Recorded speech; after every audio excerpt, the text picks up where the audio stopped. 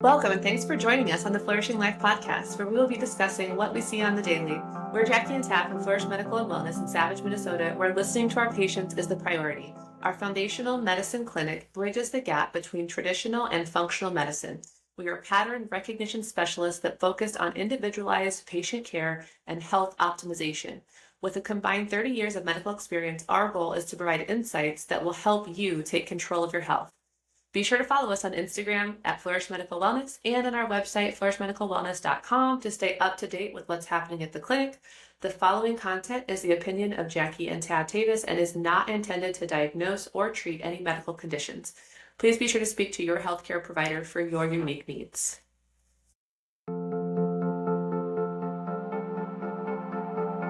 Hello and welcome back. This is Tad and Jackie from Flourish Medical and Wellness, where our priority is listening to you, our patients, and practicing a team approach to foundational wellness for long-term healing. Today, we are here to talk with you about breakfast and the food pyramid and how that all came to be, kind of the background behind that. Okay, so Tad, we are talking today about the history of food and the food pyramid and what that looks like specifically in America. So tell us a little bit about breakfast, the food pyramid, and the research behind that, and how it all came to be. Absolutely.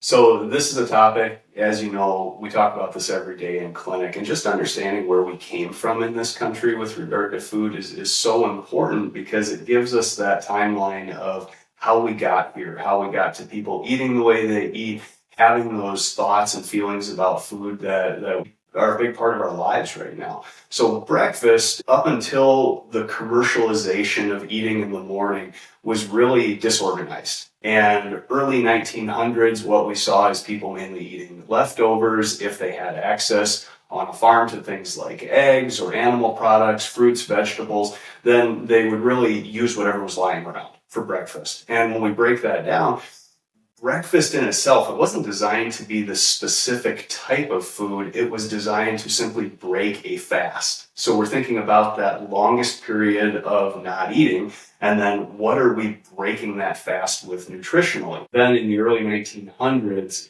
Kellogg's made a very bold move where they had a huge marketing push, and this was to promote their cereal products that were being made at that time. So these were products that could be made en masse, they could be made cheaply, and basically provide organization to breakfast. So Kellogg started marketing that breakfast is the most important meal of the day to really create a market for breakfast cereals at that time. And it was incredibly successful and incredibly impactful to America. And we still see the results of that today.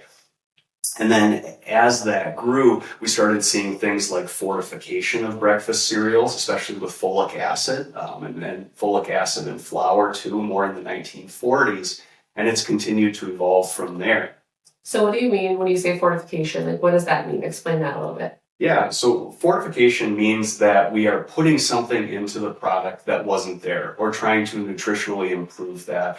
The main thing has been folic acid. Now, folic acid is not the natural form of folate, but it is something that has been used because it can be very easily put into grain products, cereals, and the downside of it, though, is that that's not the way we're intended to get folate. So basically the cheaper version, like the synthetically made version of folate? It is. And the reason that it's done that way is it's a way that can put folic acid into a lot of people's bodies and do it on mass scale. So not necessarily the best way to do it, but it is the cheapest way to do it in mass. And the cereal industry has continued to grow ever since. It's now about a $58 billion international industry. So there is huge money involved in this. And it's something where since the early 1900s, when Kellogg's revolutionized it, marketed it, it's just taken off and evolved from there.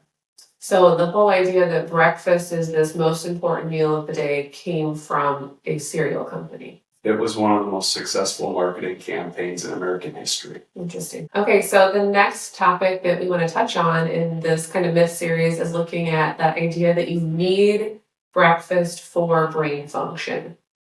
Tell us a little bit about that. Yeah, so all of this, again, stemmed from those early 1900s marketing campaigns, where it was Kellogg's and other big food companies portraying that this was a requirement for people to function. Otherwise, they wouldn't have enough energy. There would be cognitive functional decline, decreased memory, decreased ability to verbally communicate with others.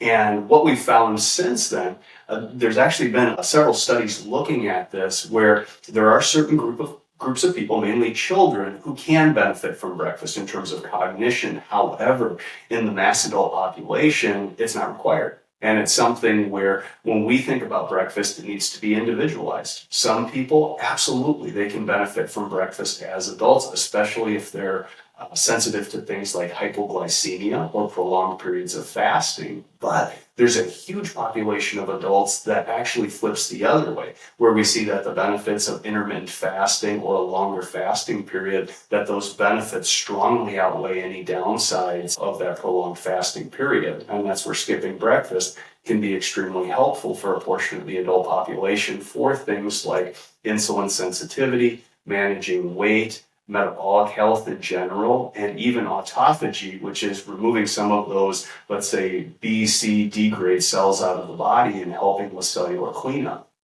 And so how do you know I should eat breakfast or I shouldn't eat breakfast? Yeah.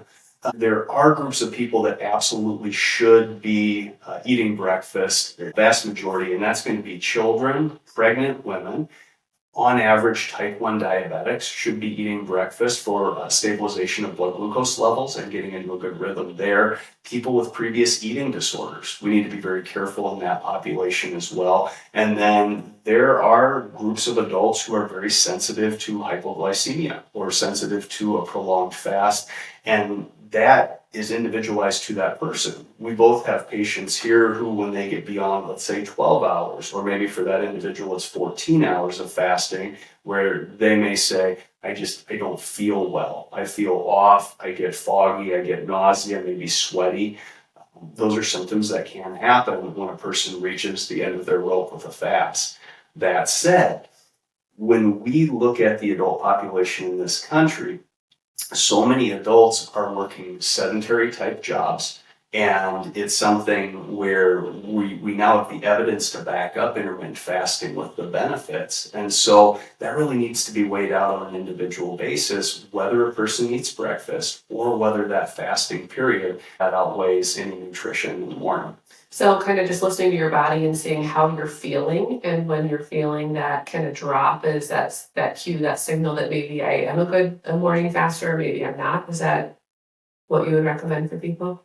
It all needs to fit into an overall healthy lifestyle. And what I mean by that is there are people who, if they fast through the morning and start eating with lunch or a late breakfast, let's say, they can struggle with caloric intake through the day, or good food choices, good portion choices. And that's something where people need to be very objective with themselves in terms of strengths and weaknesses with regard to nutrition.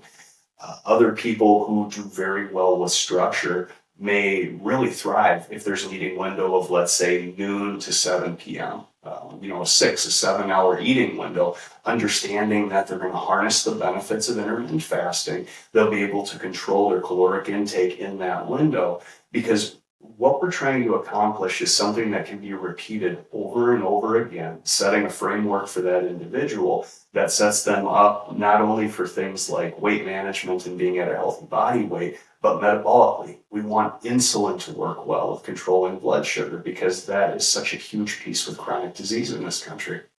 Yeah, I see my patients where I get a red flag about them being metabolically inflexible is when they, the hangry, like I'm hangry after 2 hours. And hangry, I think I found just talking to people, it's a real thing, right? Like they feel shaky, they get a headache, they feel like their energy is tanking.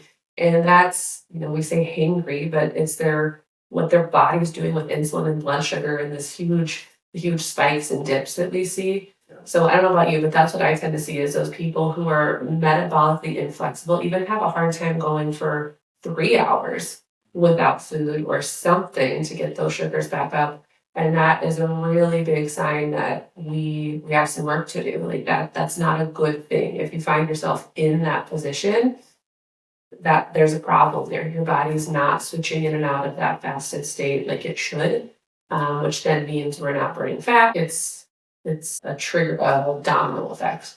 100%. And part of that is conditioning too. People have become conditioned through marketing, through outside influence to say, well, I need to be eating at this time, or I'm just supposed to be eating at this time. And then if they get in the habit of eating throughout the entire day, there's insulin exposure throughout the entire day as well. And that's where our bodies get used to that rhythm. So if it's breakfast and then a 10:30 a.m. snack, and then lunch, and then a 2 p.m. snack, and then dinner at 5:30, our bodies acclimate to that. And being able to help people reprogram away from that, it is so valuable. Just being able to talk through that and slowly work to a place where metabolic flexibility will be present, unless that individual's goal is anabolic behavior within the body. Or, think bodybuilders, think eating every 2.5 to 3 hours. If that's the goal, there's a way to eat and nutritionally support that growth. But for the vast, vast majority of adult Americans, that's not the goal. When we think about this,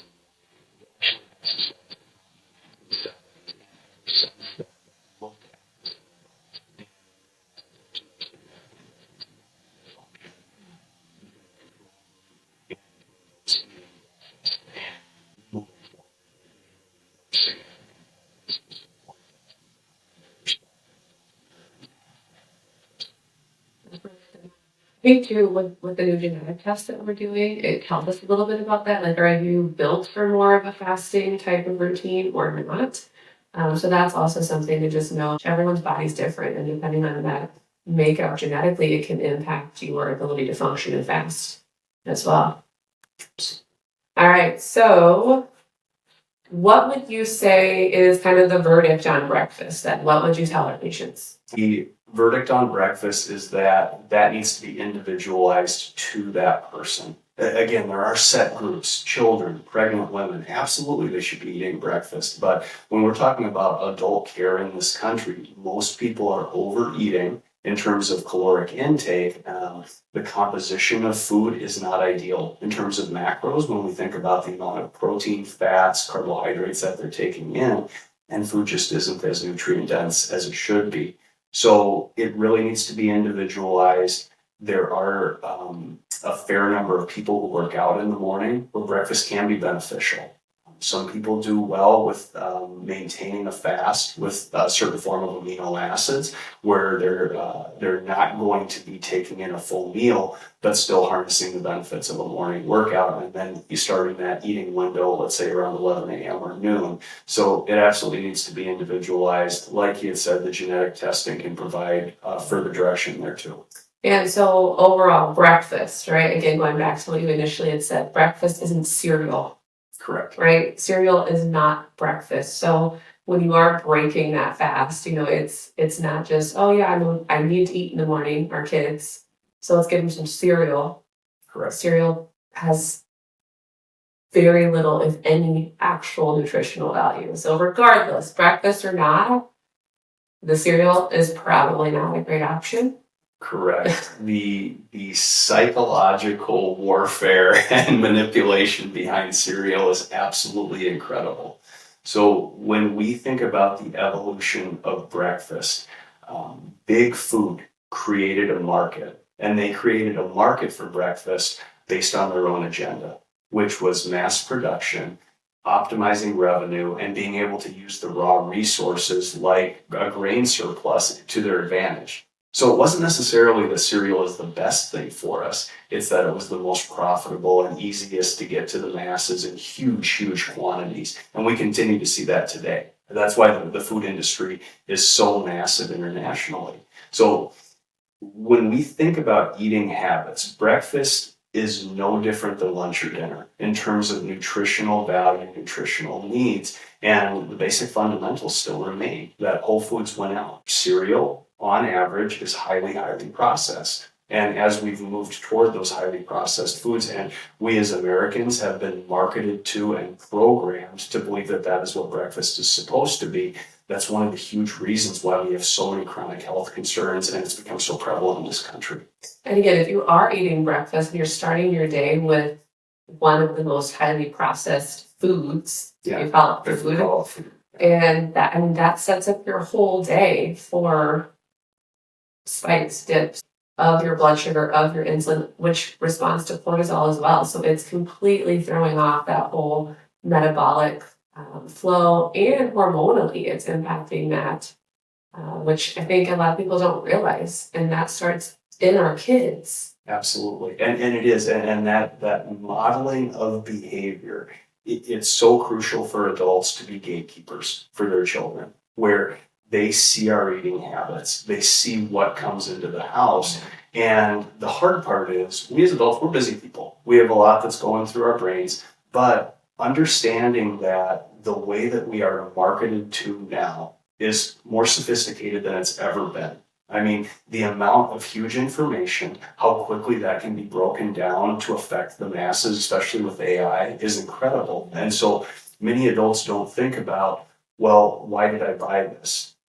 Some of this is simply subconscious of cereal is what we eat in the morning. Yeah. We eat croissants, we eat toast, we eat these. Gosh, toast, that's not good. The idea of toast as breakfast is crazy. Yeah. There's no human on the planet who has to eat bread to survive. But the number of times you hear this, like the number of times you're talking with your patient about like what they eat, and they're like, yeah, I feel like I eat pretty well. Okay, what do you have for breakfast? Well, I have some toast and maybe some avocado, right? And you're at peanut butter toast. Yeah. Like, again, it's just, people don't know. Correct. They don't know. And I think, I know for us too, we kind of had this transition of once we really started to understand all of this and switching that for our kids. Yeah. Like, that was the big, you're like, why can't we just have cereal? Like, I just want to eat cereal. And so it's not always easy, and it's not always easy to get up and make the eggs every day. But once they start to understand why, they will also notice a change in how their body's functioning. And then when they do have that, it's like, oh, I don't feel good. Like, they know, they can physically feel the change. Yeah. Which is just, it shows you what you're doing. But if you're having it every day, your body acclimates to that. And it's like, oh, this is fine. I just feel kind of crappy all the time. Yeah. Versus cutting it out for a significant period. And now you can notice your kids like, wow, I feel better. Absolutely. And it's amazing how in America things get normalized. Cereal has become totally normalized as the breakfast food. There's nothing breakfast about cereal except incredible marketing campaigns and the growth of what Kellogg's did in the early 1900s. The other piece behind that is the normalization of chronic disease. So we've normalized bad eating habits, and now we've normalized chronic disease. Over 70% of Americans are either overweight or obese. We've seen diabetic rates fly through the roof since the early 1990s. Metabolic dysfunction also has gone up dramatically during that time period. So we've normalized all of these things, and so much of that stems off of eating habits. For sure. So that reminds me, I saw something just this week, some updated stats around this, and 40% of American children have at least one chronic disease. That is crazy. That's almost 50% of our American children. Like, that's a lot. The other thing was that the obesity rate, not overweight, the obesity rate in kids is now 20%. And the autism rate has gone from 1 in 10,000 and is now 1 in 31 kids, which is, it's mind-blowing to me. And if you overlay the processed food growth, including cereal and breakfast food, to these obesity rates and overall health of our kids, they match up.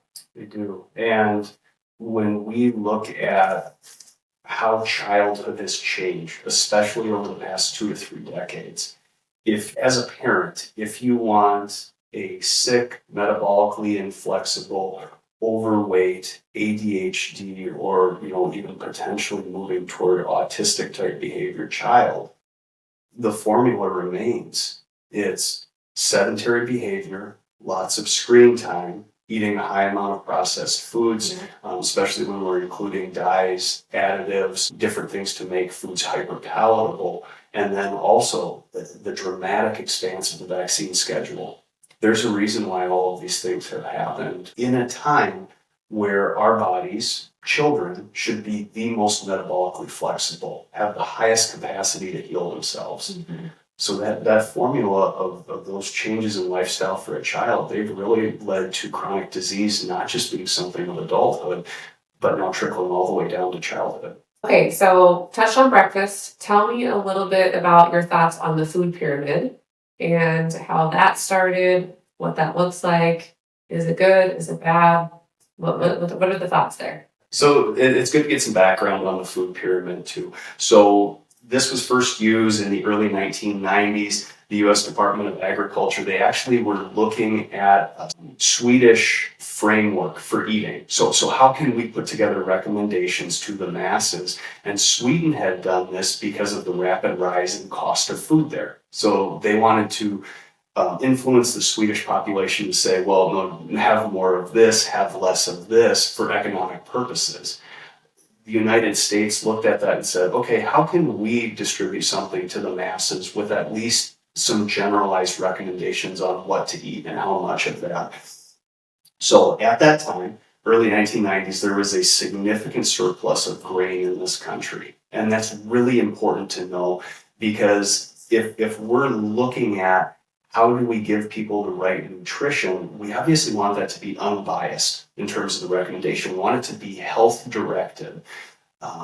What they did then is they hired a person, her name was Louise Light, and they put her in charge of a team to research this, to go through in great detail, how can we get Americans healthier? She's a nutritional expert, scientist, researcher, and said, here's your team.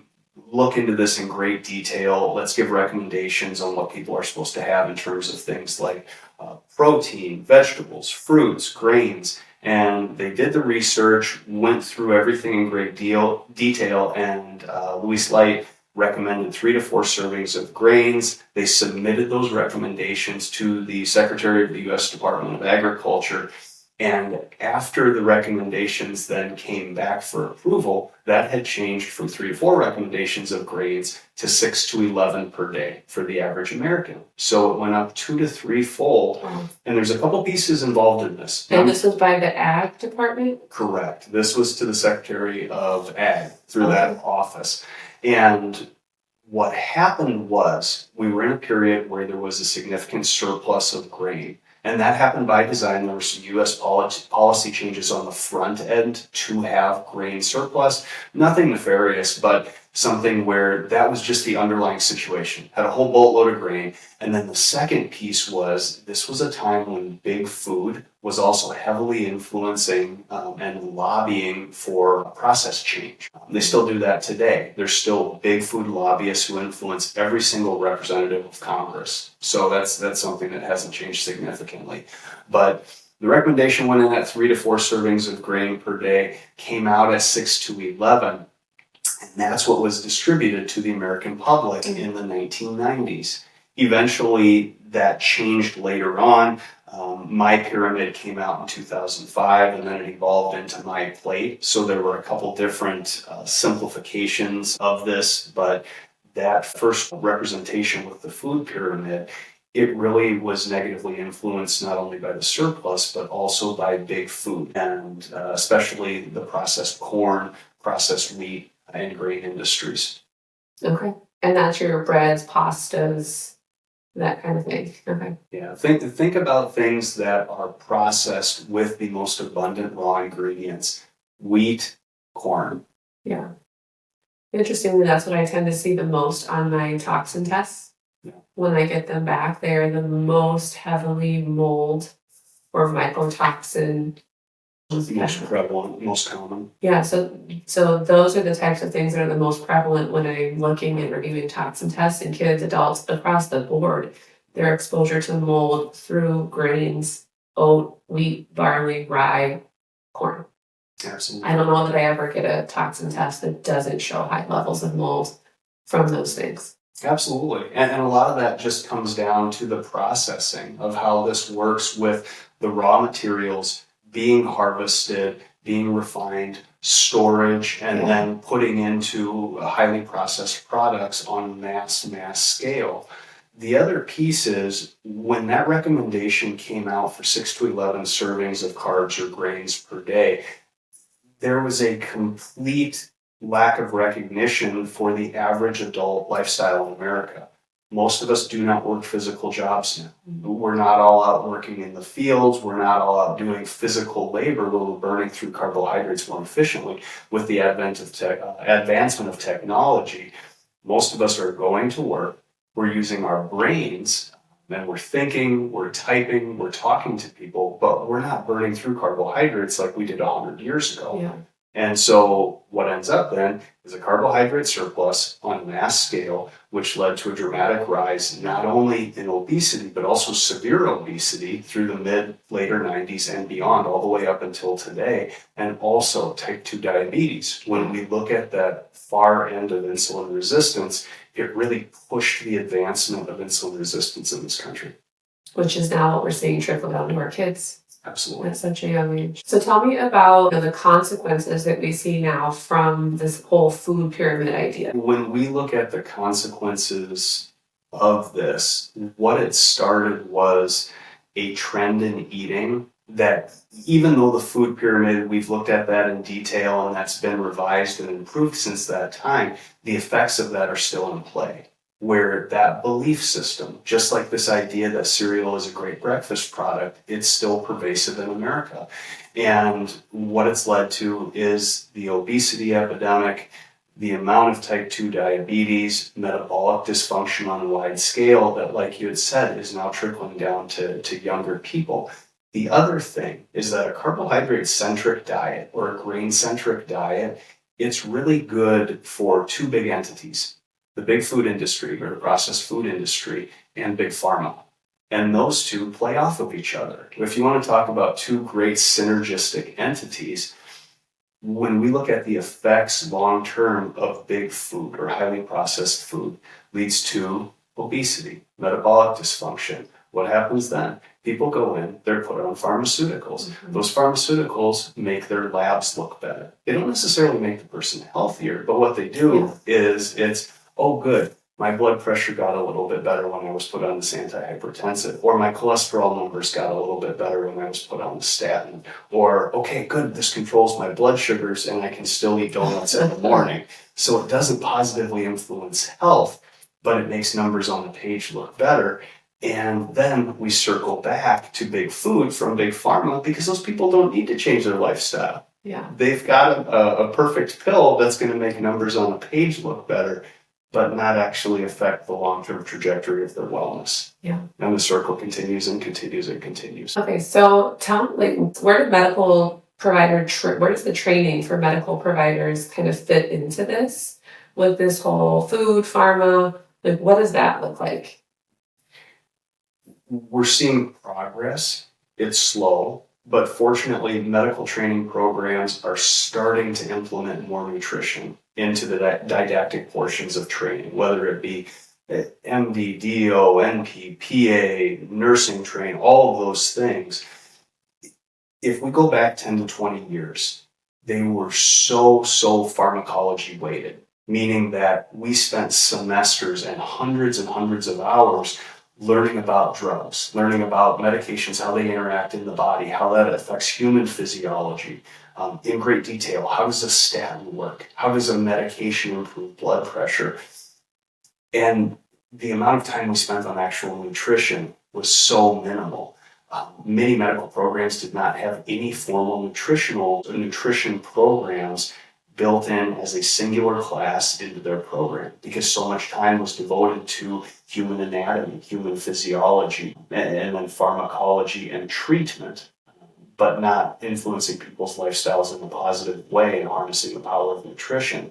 We're starting to see an understanding that empowering people, counseling people about what they eat and when they eat it is really the thing that needs to be done, because when we statistically look at the health of adult Americans, it's not getting better. Yeah. What we're finding is that pharmacologic approach, or just prescribe a medication, it puts a Band-Aid on something, and then that person ends up with chronic disease and probably on 5 to 10 medications when they hit their 60s and 70s.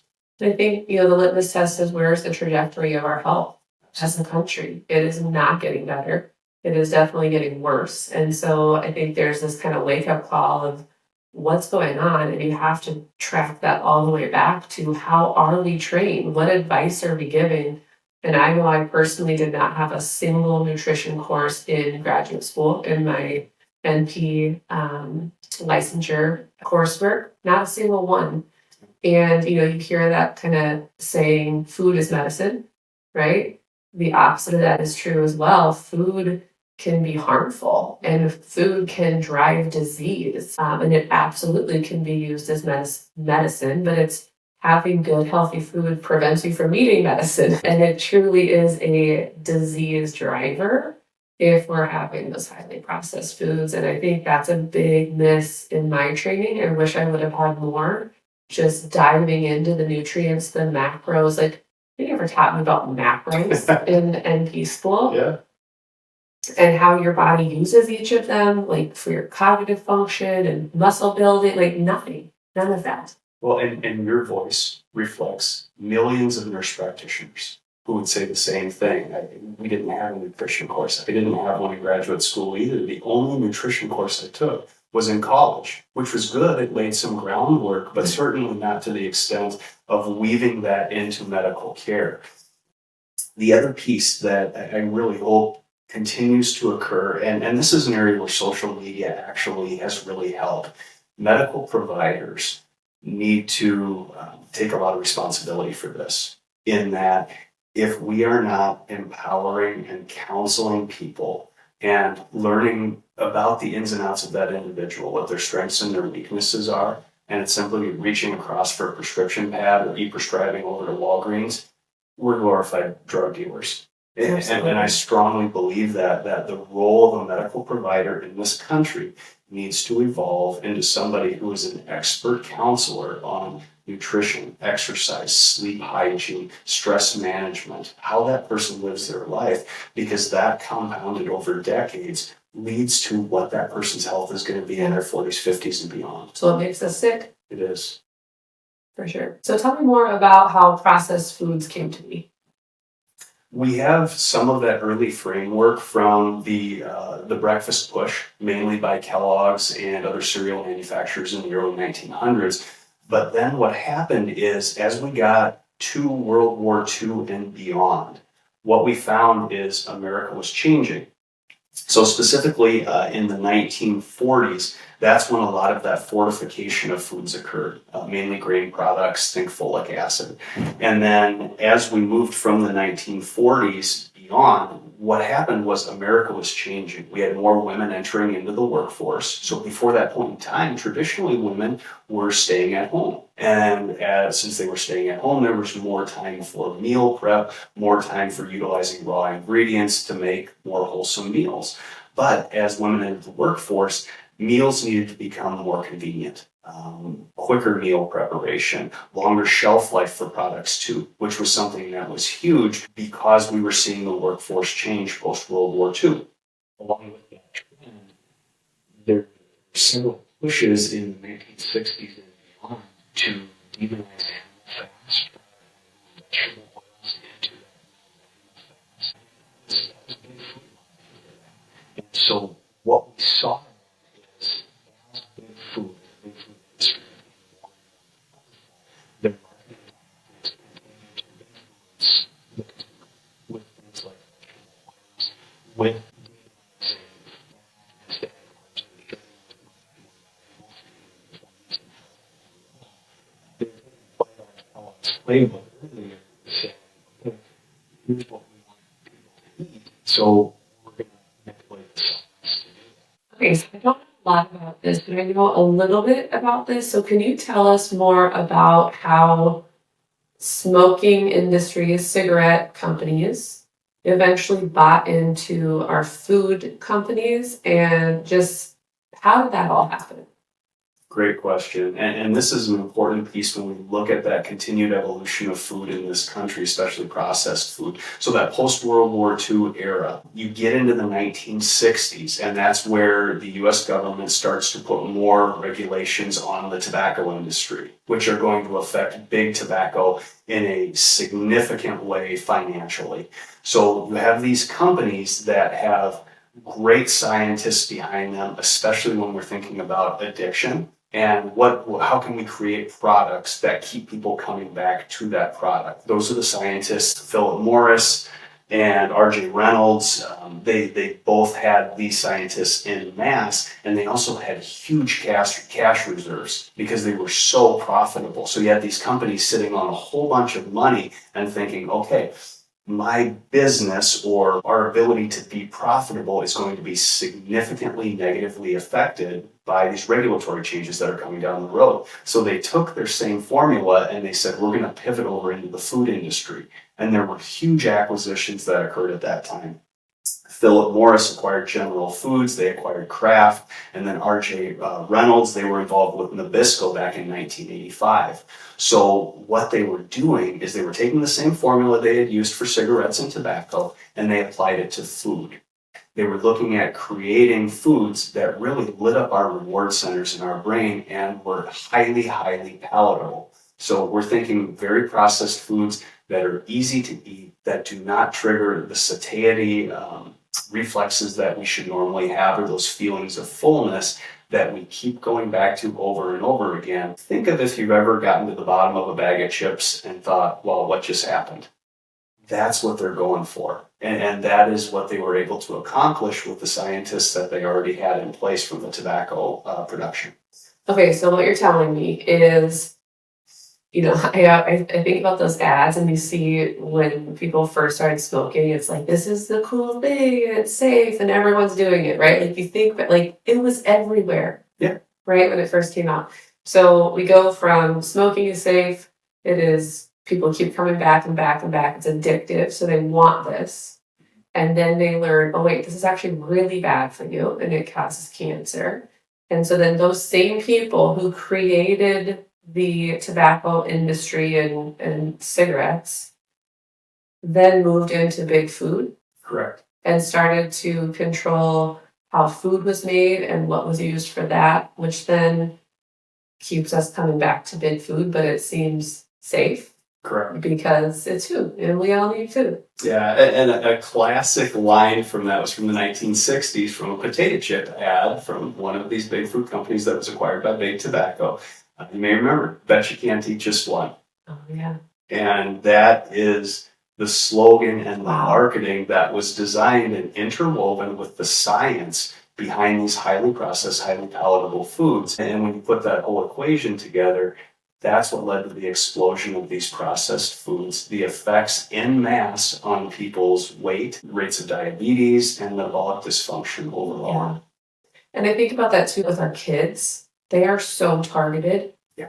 Right? It's like the colorful packaging, the commercials that they know more of it than we do, and it is so directed at them. And so now you have a company that was able to kind of control and manipulate adults, now moving into controlling and manipulating our kids who have very little ability to understand the ramifications of that. Well, and most adults don't either. Yeah. In all honesty, and statistically, just the health of adults would support that. The other thing that I look at, if we take this one step further and you say, okay, why did they make that pivot over to food? It was because of the massive difference in the regulatory restrictions from tobacco to food. And that still remains today. Just now with Kennedy in office, we're starting to see more regulations on food, but overall, the power and the lobbying power of big food to minimize regulation in America compared to other places like Europe, that continues. So there continues to be things put in our food, processing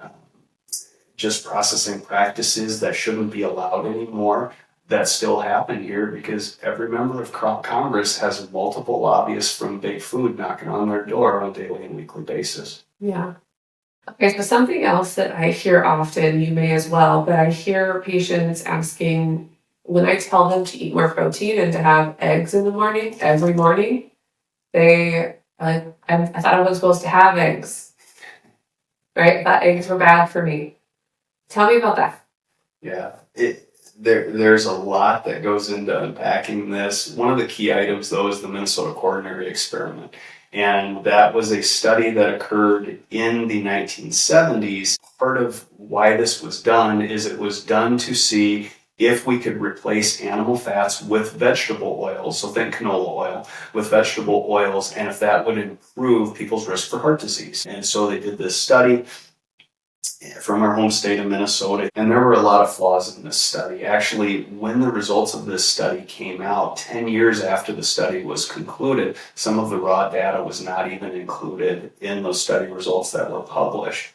And what we found since that point in time, that when the study has been evaluated by multiple objective researchers, they actually found that all-cause mortality increased when we substituted out animal fats and brought in those vegetable oils in place. And a big part of that is the inflammatory changes that occur with these vegetable oils, which are distributed and used in mass here in this country. One of the myths that remains is that animal fats are a key part that accelerates cardiovascular disease or risk for heart attack and stroke. And what we're finding is, especially with LDL cholesterol or a bad cholesterol, that it's not necessarily a significant causative agent for cardiovascular disease, but it is found at the scene of the crime when we think of a clot or we think of one of those coronary vessels, the vessels that feed our heart. When those over time stenose down or get more narrow, yes, cholesterol is involved in that cascade, but it's not the driver.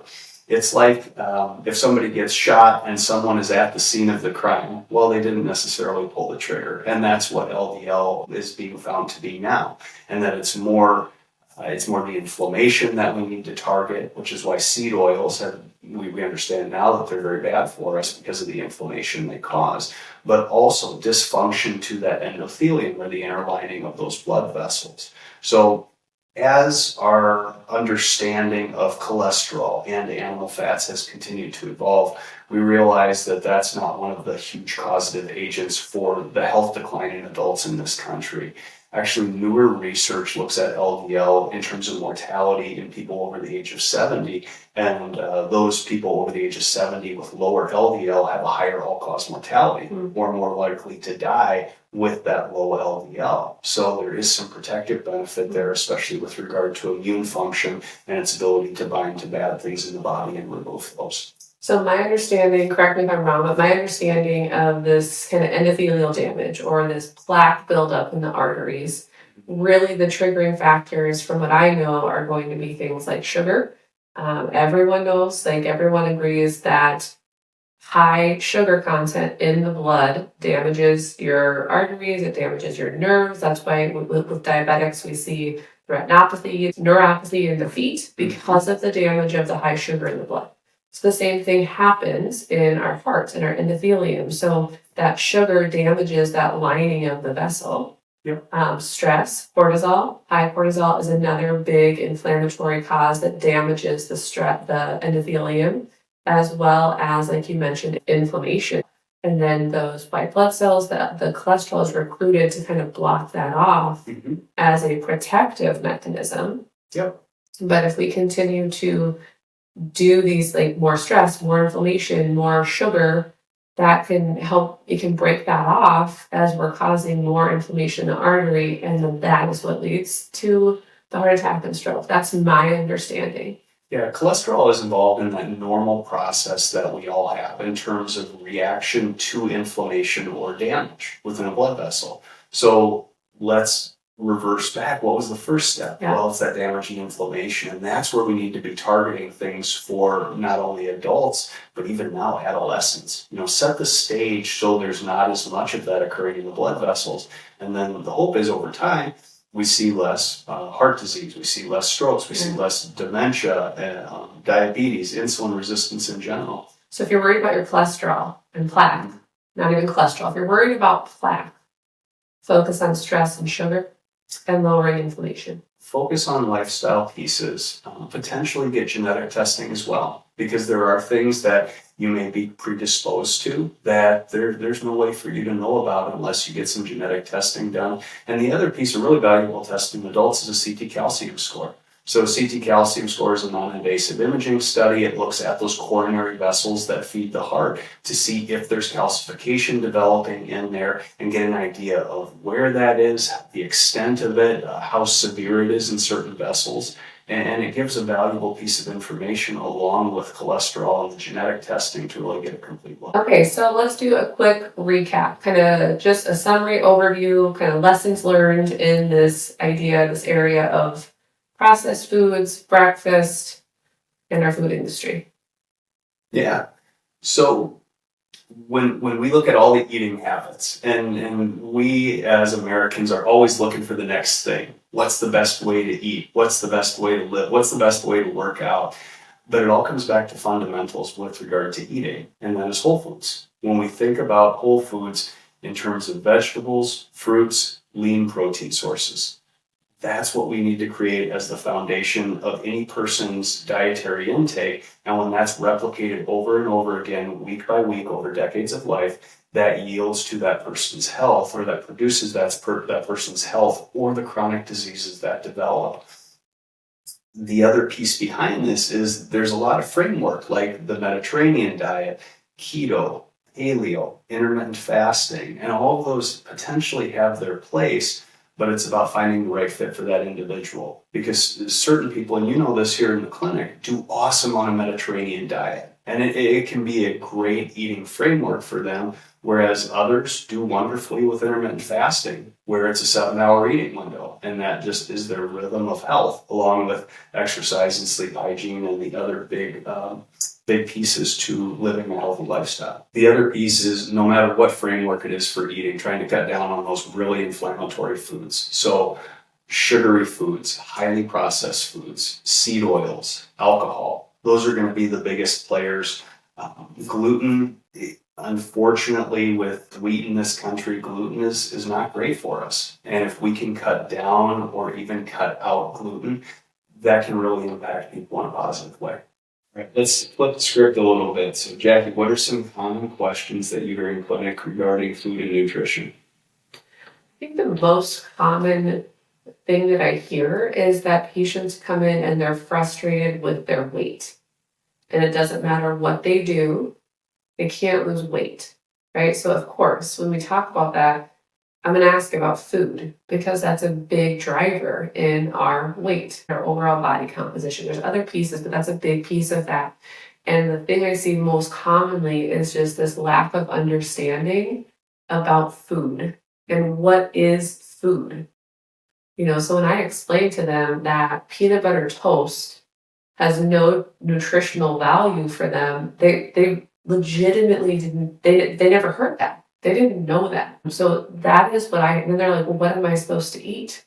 Right. And so because of the lack of education for our medical providers, who are supposed to be the guide in your health, they've never heard that you need whole foods. Food, I think a lot of times Americans use for entertainment, we use for stress, we use for, emotional eating. We use it in ways it's not designed for. The purpose of food is to feed your body. You feed your body with macros, right? Your protein, your fats, and some carbs. Yes, but healthy carbs, not our simple carbs. Simple carbs are going to be your processed carbs, your potato chips, your breads, your pastas. I'm talking about complex carbs like our sweet potatoes, our potatoes, the natural carbohydrates from the earth that we should be consuming. And that's what food should be. Not toast, not cereal, not French fries, right? Not these processed versions. Another good tip that I give people is, if your package of food has more than 7 ingredients in it, it's not food. It's more chemicals than food. So that's an easy way for people to kind of think about, oh, wow, I need to start looking at this. And they start to see how much processed foods we really have out there.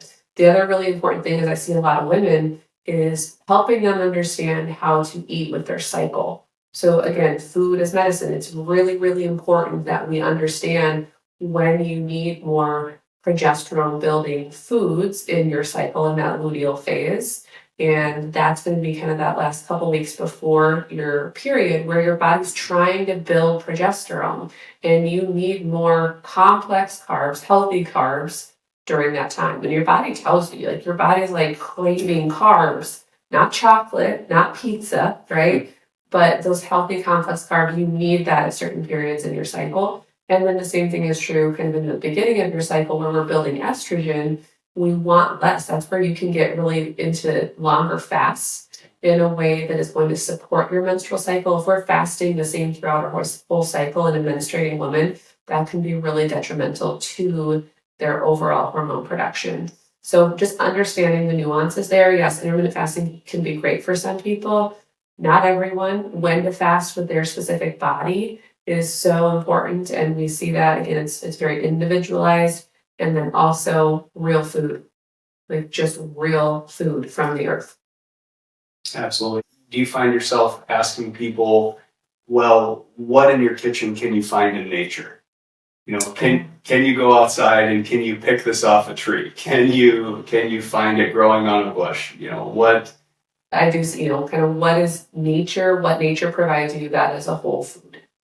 I also see a lot of kids here and we're talking about this stuff and we're talking about diet. I have them bring in a food journal and I highlight the processed foods on paper.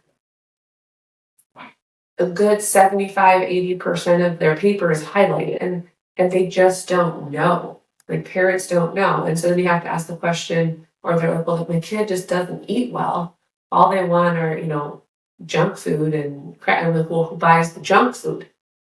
You have to trace it back until you can't trace it back anymore. So if you're not even bringing those things into the home, your 5-year-old isn't going to drive to the grocery store to buy the bag of chips. Yeah. And that's probably one of the best pieces of advice we can give to parents. In everything we've talked about on this podcast, take that role as a gatekeeper as a serious role. What comes into a parent's house is their responsibility when it comes to nutrition. And the reason for that is children inherently trust the decisions of their parents. That's where they're eating those things based on trust of saying, oh, okay, this is what mom and dad are putting into the house. This is what's good for me. And that conditioning over years and years and years, if they're eating processed foods at breakfast, lunch, and dinner, that carries on into adulthood. And then it carries on into chronic disease for that individual. Absolutely. This is not how I grew up, right? I grew up in a house where we had little Debbie snacks and we always had a cupboard full of chips and we had dessert at every meal because that's what my parents knew. They didn't know anything different. And so none of this is coming from a place of judgmentalism or, like I lived that as well. And it isn't easy to make the transition, especially if you do that when your kids are older. If you do it at a young age where that's just all they know, that's all they grow up knowing, it's way easier. But like for us, when we really made that transition, our kids already knew. So they'd already tasted those other, highly processed dopamine hitting foods. Yeah. And it's a lot harder to reverse that. You can. It's not easy, but you can. And eventually their brains adapt and they start to crave those healthy foods that actually feeds their body. So it's a process, but it absolutely can be done. Absolutely. What advice would you give to parents who don't have a lot of time for preparing meals, just for putting good, healthy food on the table for their families? Any advice? First of all, even though it feels easy, try your best to stay out of the processed food section, right? I mean, I personally will make our kids lunch every day for school because school lunches are a whole other topic.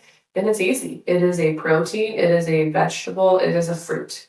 It's maybe boring, right? But they get used to that. So I cut up a vegetable, I have a good fresh fruit in their lunch, and then some sort of protein. And we really try to, have extra if we're doing tacos, right? Like extra taco meat where I can just literally throw in some taco meat and that's their protein. Same thing with like burgers. We tend to eat burgers without buns, right? Because you don't need that. So they get a burger in their lunch with their fruit and vegetable. So really being mindful and thoughtful when I would say most people are probably prepping at least one meal a day or 3 to 5 meals a week. So just make extra. So you have that easy go-to, prepping in advance, and then using that protein in different ways. Yeah, that's great advice. And just having, adults having glass containers of maybe some browned burger, some shredded chicken, and cut up bell peppers, some salad ingredients in the fridge. It's amazing how quickly you can throw together meals with that.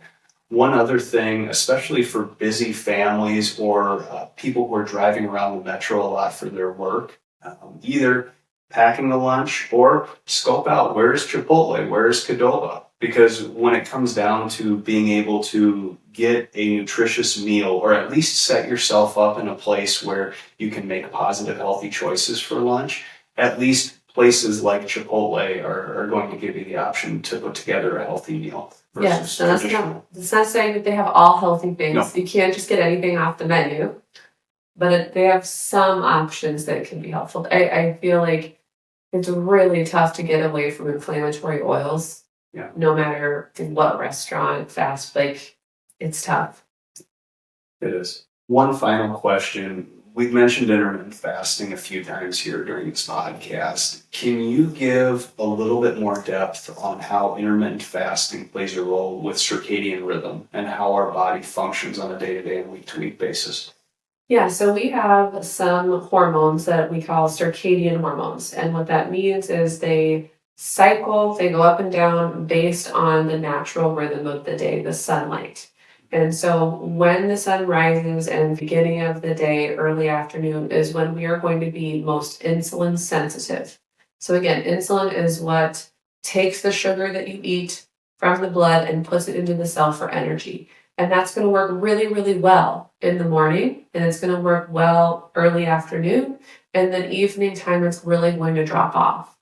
So when we talk about intermittent fasting, while some people it is appropriate to fast in the morning and skip that morning meal, we really have to be careful with that. And those people who are a little more sensitive to insulin, because it's going to be better for them naturally with their natural circadian rhythm to actually fast longer at night. So in those people, I really encourage them to make sure, that fasting window is even 4 p.m. to the morning, and making sure they're eating in the morning. And so you just have to be a little bit careful with that. Fasting, for fasting, it's also not a one size fits all. It really needs to be specific to the person. And we have to make sure we're also considering our natural circadian rhythms with that. All right, anything else you have for today's podcast? No, this was great. I hope everyone at home enjoyed this as much as we did. Digging into the history a little bit, digging into common misconceptions, some of these things that have been normalized over time in America that we're trying to change that trend. There's a lot of information here and a lot of things to unpack, but my ask of our audience would be keep reading about this stuff. Keep educating yourself on food, on nutrition, and not only what's healthy now, but also what's best for longevity. All right, can't wait to see everyone again next month. Thanks for listening in to the Flourishing Life podcast. You can watch this full video version of this podcast inside the Spotify app or on our YouTube channel. If you like this episode, please rate, review, and subscribe on your favorite podcast app, and be sure to share this episode with a friend, and follow us on socials at Flourish Medical Wellness and on our website at flourishmedicalwellness.com. The information on this podcast is for educational purposes only and is not intended to replace medical advice or to be a substitute for professional medical diagnosis or treatment.